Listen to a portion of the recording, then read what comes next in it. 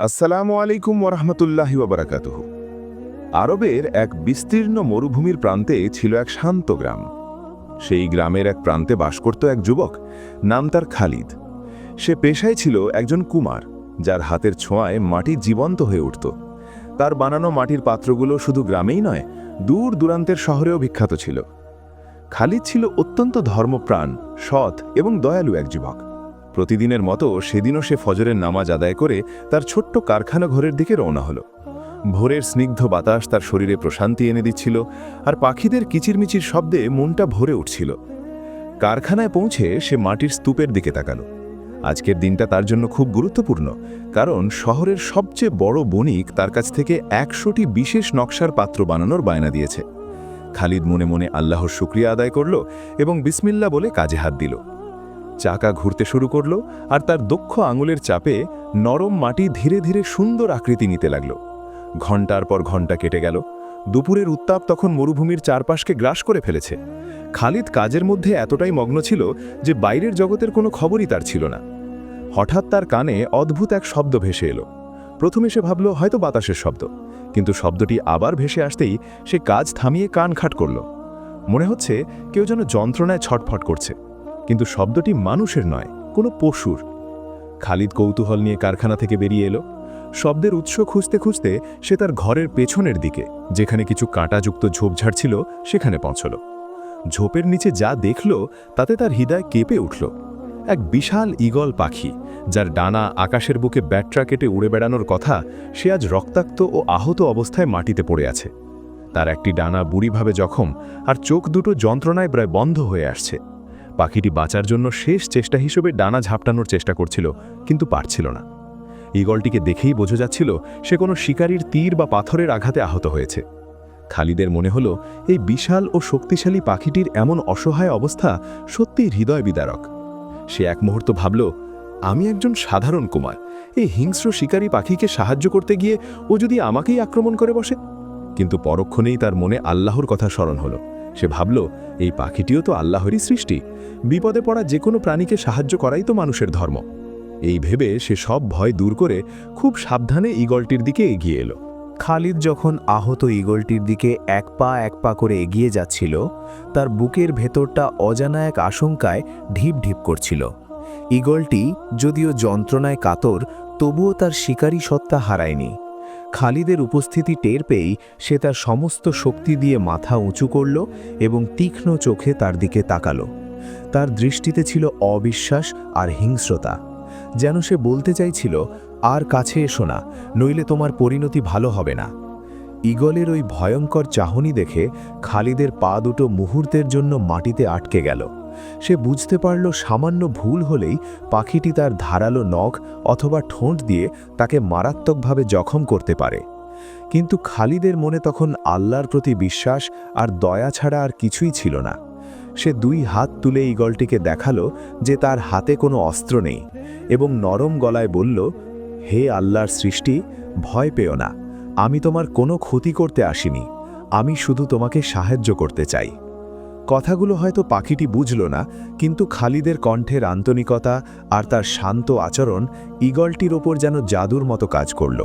পাখিটি তার মাথাটা আবার নিচু করল, কিন্তু তার চোখ তখনও খালিদের প্রতিটি নড়াচড়ার ওপর স্থির ছিল। খালিদ খুব সাবধানে তার পাশে বসল। সে প্রথমে ঈগলের ক্ষতটি পরীক্ষা করল। একটি ডানা থেকে তখনও রক্ত ঝরছিল এবং কাঁধের কাছে একটি গভীর ক্ষত দেখা যাচ্ছিল। বোঝা যাচ্ছিল কোনো ধারালো কিছু তার ডানায় বিঁধে বেরিয়ে গেছে। খালিদ দ্রুত তার কারখানা ঘরে ফিরে গেল এবং একটি পরিষ্কার কাপড়ের টুকরো, এক বাটি পানি আর কিছু লতাপাতা নিয়ে এলো, যা সে ক্ষত সারানোর জন্য ব্যবহার করত। ফিরে এসে সে দেখল ঈগলটি আগের জায়গাতেই পড়ে আছে, যেন সে খালিদের ফিরে আসার অপেক্ষায় ছিল। খালিদ প্রথমে ভেজা কাপড় দিয়ে খুব আলতো করে ক্ষতস্থানের চারপাশের রক্ত মুছে দিল। তার প্রতিটি স্পর্শ ছিল অত্যন্ত কোমল, যেন একটি পালক দিয়ে সে ক্ষত পরিষ্কার করছে। ঈগলটি যন্ত্রণায় হালকা কেঁপে উঠলেও এবার আর কোনো আগ্রাসী আচরণ করল না। সে যেন বুঝতে পারছিল এই মানুষটি তার বন্ধু, শত্রু নয়। এরপর খালিদ কিছু ঔষধি লতাপাতা পিষে একটি প্রলেপ তৈরি করল এবং সাবধানে সেটি ক্ষতের ওপর লাগিয়ে দিল। সবশেষে সে একটি লম্বা কাপড়ের ফালি দিয়ে আলতো করে ডানাটি বেঁধে দিল, যাতে সেটি বেশি নড়াচড়া না করতে পারে এবং ক্ষতটি দ্রুত শুকিয়ে যায়। পুরো কাজটি শেষ করতে খালিদের প্রায় 1 ঘন্টা সময় লেগে গেল। এই সময় সে তার নিজের কাজের কথা, বণিকের বায়নার কথা সবকিছুই ভুলে গিয়েছিল। তার মাথায় তখন কেবল একটাই চিন্তা ছিল, কিভাবে এই অসহায় পাখিটিকে বাঁচানো যায়। সেবা যত্ন শেষ করে খালিদ ঈগলটির জন্য একটি মাটির পাত্রে কিছু পানি এনে তার সামনে রাখল। ঈগলটি কিছুক্ষণ তাকিয়ে থেকে ধীরে ধীরে পাত্রটি থেকে পানি পান করল। এটি দেখে খালিদের মনটা এক অনাবিল শান্তিতে ভরে গেল। সে বুঝতে পারল তার চেষ্টা বৃথা যায়নি। কিন্তু খালিদের পরীক্ষা এখানেই শেষ ছিল না। সে জানত এই শিকারী পাখিকে সুস্থ করে তুলতে হলে তাকে নিয়মিত খাবার দিতে হবে। কিন্তু ঈগল তো আর সাধারণ পাখিদের মতো শস্যদানা খায় না, সে খায় মাংস।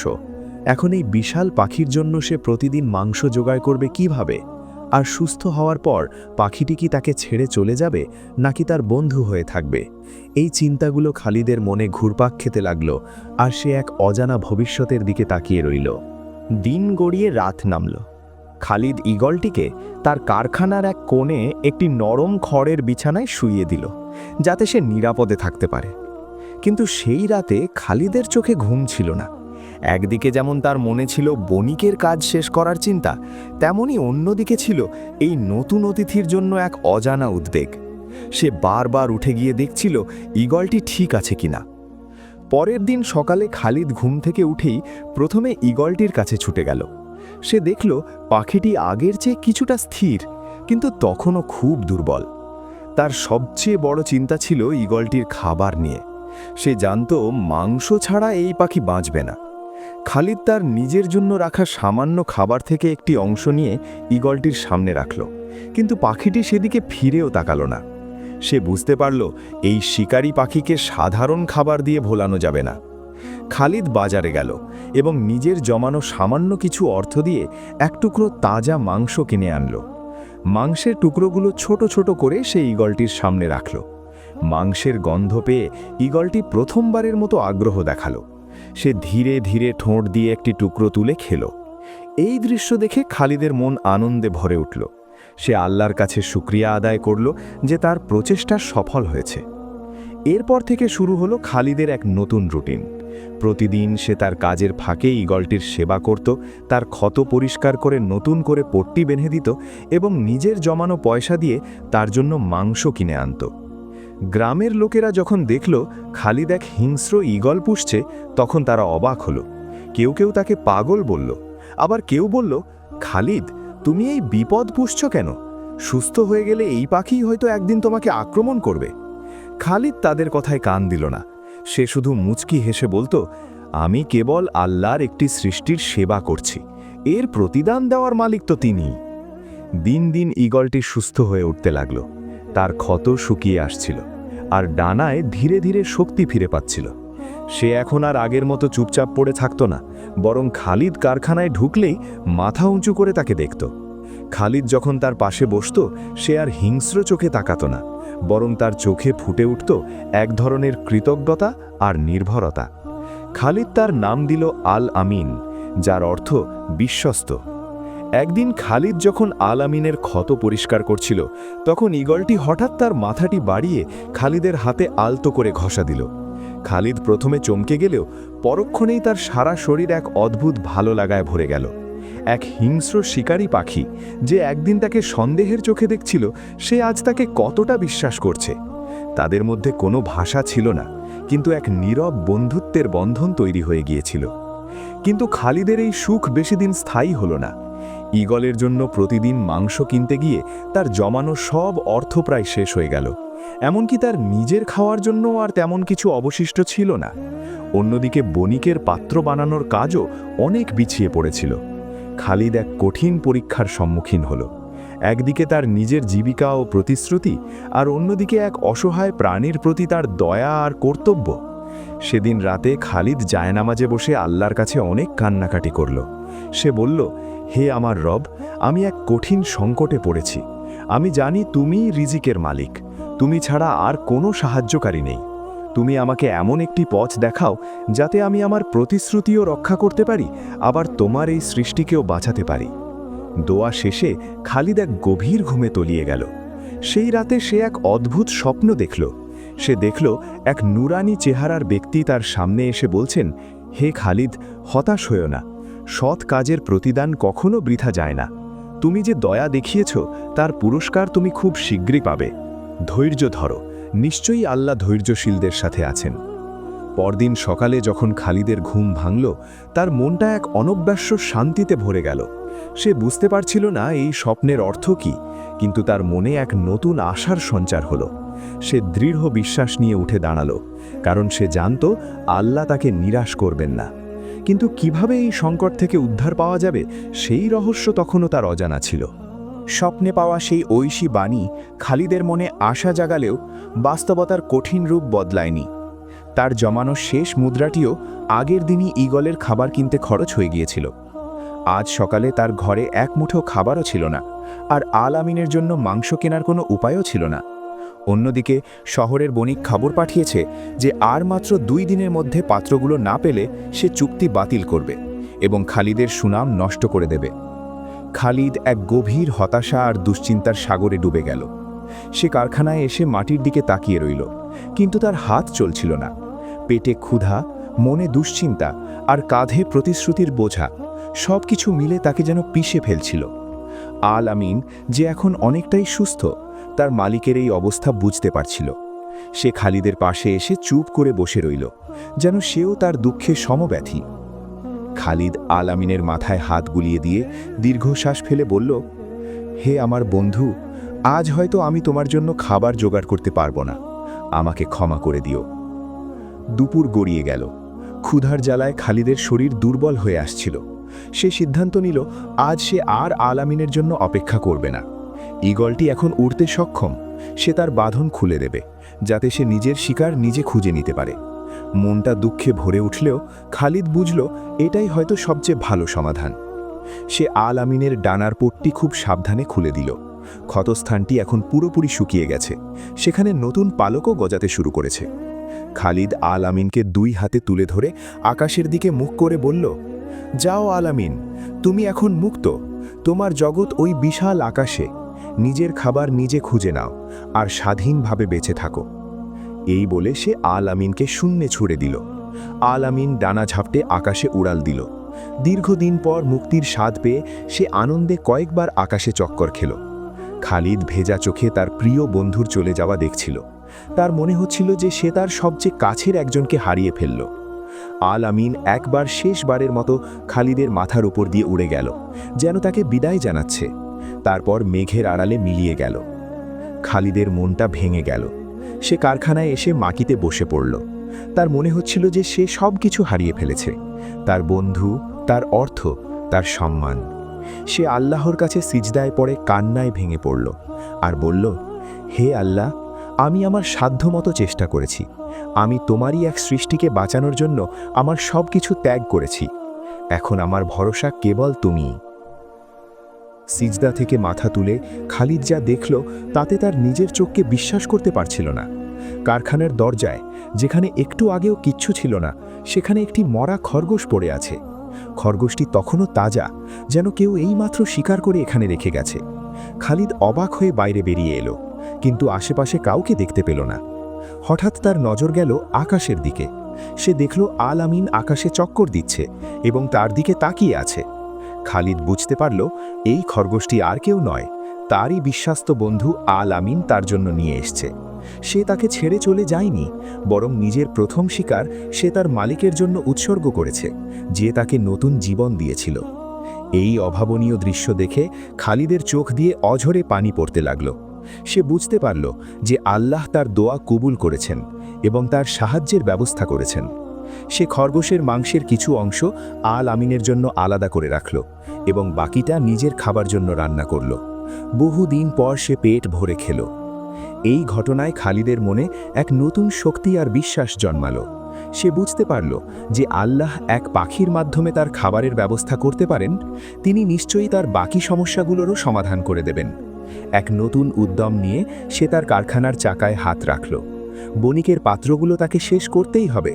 তার হাত এখন আগের চেয়েও দ্রুত গতিতে চলতে শুরু করল, কারণ তার মন থেকে সমস্ত হতাশা দূর হয়ে গিয়েছিল এবং সেখানে ছিল কেবল আল্লাহর প্রতি অগাধ বিশ্বাস আর ভরসা। আল আমিনের কাছ থেকে পাওয়া সেই অভাবনীয় উপহার খালিদের জীবনকে পুরোপুরি বদলে দিয়েছিল। তার মন থেকে সমস্ত ভয়, হতাশা আর অনিশ্চয়তা দূর হয়ে গিয়েছিল। এখন তার হৃদয়ে ছিল কেবল আল্লাহর প্রতি এক অটল বিশ্বাস এবং এক নতুন কর্মোদ্যম। সে বুঝতে পেরেছিল রিজিকের মালিক একমাত্র আল্লাহ এবং তিনি যাকে ইচ্ছা তাকে অপ্রত্যাশিত উৎস থেকে রিজিক দান করেন। সেই রাত খালিদ এক মুহূর্তের জন্যও ঘুমানোর কথা ভাবল না। তার হাত দুটো যেন মেশিনের মতো চলছিল, মাটির চাকা ঘুরছিল আর তার নিপুণ হাতের ছোঁয়ায় একটার পর একটা অসাধারণ পাত্র তৈরি হচ্ছিল। আল আমিন কারখানার চালের ওপর বসে তার মুনিবের এই কঠোর পরিশ্রম দেখছিল, যেন সে তাকে পাহারা দিচ্ছে। মাঝে মাঝে সে উড়ে গিয়ে ছোট কোনো শিকার ধরে এনে খালিদের সামনে রেখে যেত, যাতে তার বন্ধুর খাবারের কোনো অভাব না হয়। এভাবে মাত্র এক রাতের পরিশ্রমে খালিদ প্রায় 50টি পাত্র তৈরি করে ফেলল, যা ছিল এক কথায় অবিশ্বাস্য। পরদিন সকাল হতেই সে বাকি পাত্রগুলোও বানানোর কাজে লেগে গেল। বণিকের দেওয়া সময়সীমার শেষ দিনে ঠিক সূর্যাস্তের আগে খালিদ 100টি পাত্র তৈরি করে ফেলল। প্রতিটি পাত্র ছিল নিখুঁত এবং তার নকশা ছিল আগের চেয়েও অনেক বেশি সুন্দর ও আকর্ষণীয়। খালিদ যখন পাত্রগুলো গাড়িতে তুলছিল, তখন সেই বণিক নিজেই সেখানে এসে হাজির হলো। তার মুখে ছিল বিরক্তির ছাপ। সে ভেবেছিল খালিদ হয়তো কাজ শেষ করতে পারেনি, কিন্তু যখন সে কারখানার ভেতরে সারিবদ্ধভাবে সাজানো 100টি নিখুঁত পাত্র দেখল, তখন তার চোখ বিস্ময়ে ছানা বড়া হয়ে গেল। সে প্রতিটি পাত্র হাতে নিয়ে ঘুরিয়ে ফিরিয়ে দেখল এবং তার মুখ থেকে কেবল একটি কথাই বের হলো, সুবহান আল্লাহ, এত সুন্দর কাজ আমি আমার জীবনেও দেখিনি। বণিক এতটাই খুশি হলো যে সে খালিদকে তার প্রতিশ্রুত পারিশ্রমিকের দ্বিগুণ অর্থ দিল এবং তাকে জড়িয়ে ধরে বলল, খালিদ, আমি তোমার সম্পর্কে যা শুনেছিলাম তুমি তার চেয়েও অনেক বড় শিল্পী। আজ থেকে আমার ব্যবসার সমস্ত মাটির পাত্র তুমিই বানাবে। খালিদ নম্রভাবে আল্লাহর শুকরিয়া আদায় করল এবং বণিকের দেওয়া অতিরিক্ত অর্থ গ্রহণ করল। তার মনে পড়ল সেই রাতের স্বপ্নের কথা, যেখানে তাকে বলা হয়েছিল সৎ কাজের প্রতিদান কখনো বৃথা যায় না। আজ সে তার বাস্তব প্রমাণ পেল। এরপর থেকে খালিদের জীবনে আর কোনো অভাব রইল না। তার খ্যাতি দূর দূরান্তে ছড়িয়ে পড়ল এবং সে আরবের সবচেয়ে বিখ্যাত কুমারদের একজন হয়ে উঠল। কিন্তু এত সাফল্য পেয়েও সে এক মুহূর্তের জন্যেও অহংকারী হয়নি। সে আগের মতোই একজন দয়ালু, সৎ এবং ধর্মপ্রাণ মানুষই রয়ে গেল। সে তার আয়ের একটি বড় অংশ গ্রামের গরিব দুঃখীদের জন্য দান করত এবং যে কোনো বিপদগ্রস্ত মানুষকে সাহায্য করার জন্যে ছুটে যেত। আর আল আমিন, সে আর কখনো খালিদকে ছেড়ে যায়নি। সে তার বিশ্বস্ত বন্ধু এবং আজীবনের সঙ্গী হয়ে রইল। প্রতিদিন সকালে সে আকাশে উড়াল দিত, কিন্তু দিন শেষে ঠিকই তার মুনিবের কাছে ফিরে আসত। তাদের এই নিঃস্বার্থ বন্ধুত্বের গল্প মানুষের মুখে মুখে ছড়িয়ে পড়ল এবং সবার জন্য এক অনুপ্রেরণার উৎস হয়ে উঠল। প্রিয় দর্শক, খালিদ এবং আহত ঈগলের এই ঘটনাটি আমাদের এটাই শিক্ষা দেয় যে আল্লাহর সৃষ্টির প্রতি সামান্য দয়াও কখনো বিফলে যায় না।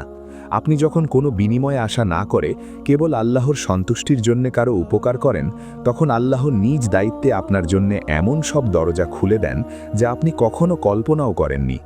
আপনার একটি ছোট ভালো কাজই হতে পারে আপনার জীবনের সবচেয়ে বড় সাফল্যের চাবিকাঠি। আল্লাহ আমাদের সবাইকে খালিদের মতো দয়ালু এবং বিশ্বাসী হওয়ার তৌফিক দান করুন। আমিন।